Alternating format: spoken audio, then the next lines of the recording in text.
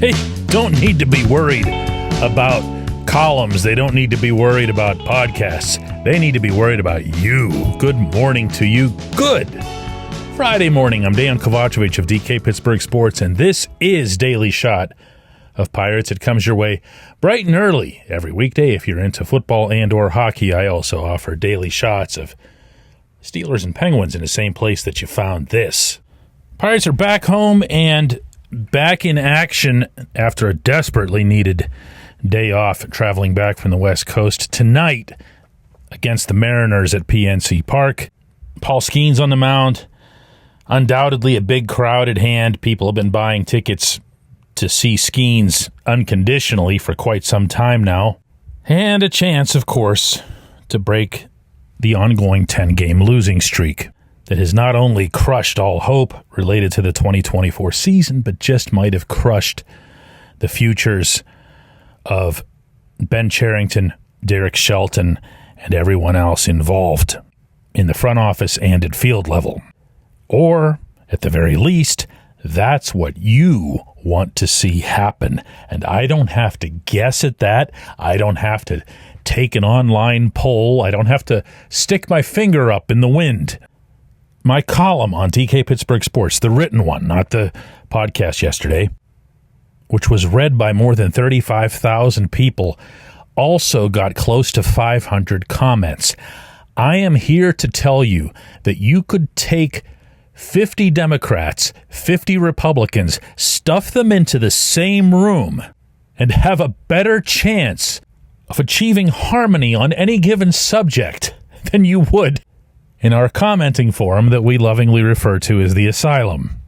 I mean, even on the most universally accepted concept, there's always going to be one individual who comes along and says, yeah, you know what, I'm completely against a cure for cancer. I just don't think that'd be a good thing. But in this one, in this thread that's continuing to grow even as I speak, there wasn't a single portion of a single comment expressing so much as a sliver of disagreement or even hesitation that a change is needed. My friends, I've been doing this a long time, and I've not seen anything quite like that. Even back in 2019, when I had what I was calling at the time the Fire Them All run of columns aimed at calling attention to 12 years, really, of issues related to Neil Huntington, Kyle Stark, Frank Coonley and that group, everybody but Clint Hurdle. There was always a handful or some really small but vocal percentage of people who would stand up for Huntington and Stark and whoever. This time, there was just nothing. Now, maybe it's the heat of the losing streak. Maybe it's having your hopes dashed so suddenly, as happened with this streak. Maybe it's seeing the respect that was coming the Pirates' way because of Skeens and, to an extent, Jared Jones, Brian Reynolds, and then having them instantly reduced to a laughingstock all over again. Whatever it was or is, you're really mad. I am not acting super surprised at that. I get that you'd be mad.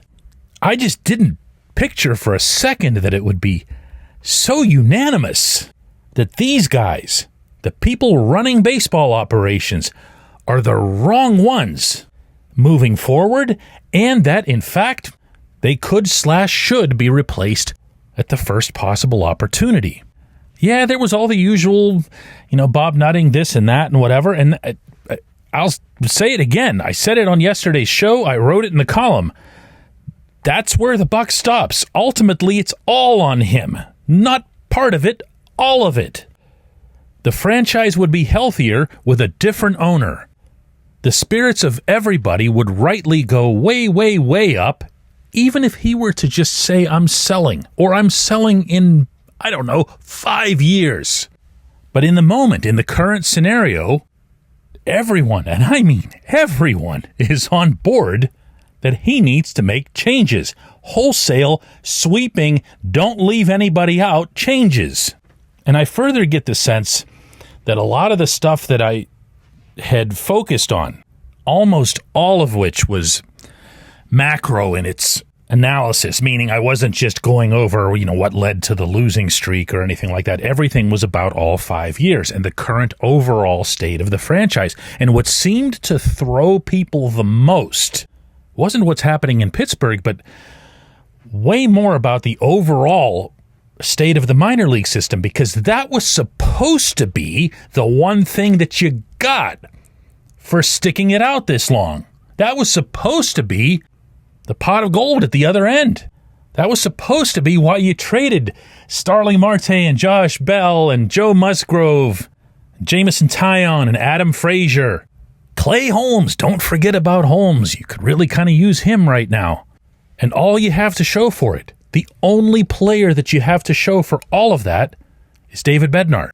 There were also a lot of people who came back at me with their own findings or research or analysis or even just a semi-anecdotal thing like the one who shared with me, and I hadn't been aware of this, that Rowanzi Contreras has made 10 relief appearances in a row for the Angels without giving up a run. And in that time, in those 10 and a third innings, he only gave up 4 hits, 1 walk, and struck out 12. And his fastball is sitting at a comfortable 95 mph. Wow. How do they do it? How does everyone else do it?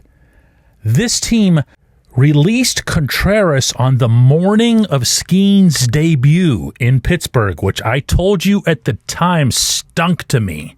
It was hiding something that they didn't want anybody to be paying attention to. And here he is with 4 more years of control. And by the way, he's only 24 years old, playing for the minimum wage, only he's now doing it in Anaheim, California. We can do this not just all day. We can do it all week. We can do it all year. But what I say, you say, although I'll always reiterate that your voice is way louder than mine on these things, nothing matters until Nutting takes action. When we come back, J1Q.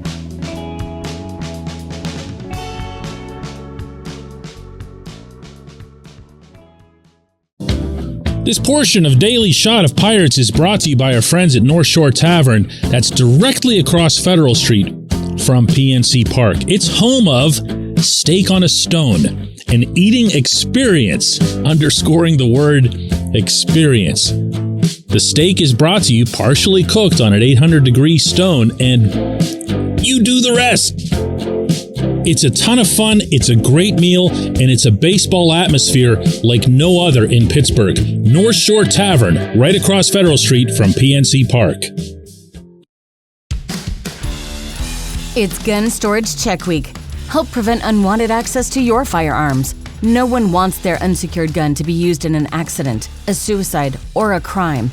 Use lockboxes, safes, and locks to secure your firearms. Learn more at gunstoragecheck.org. That's gunstoragecheck.org. Brought to you by NSSF, the Firearm Industry Trade Association.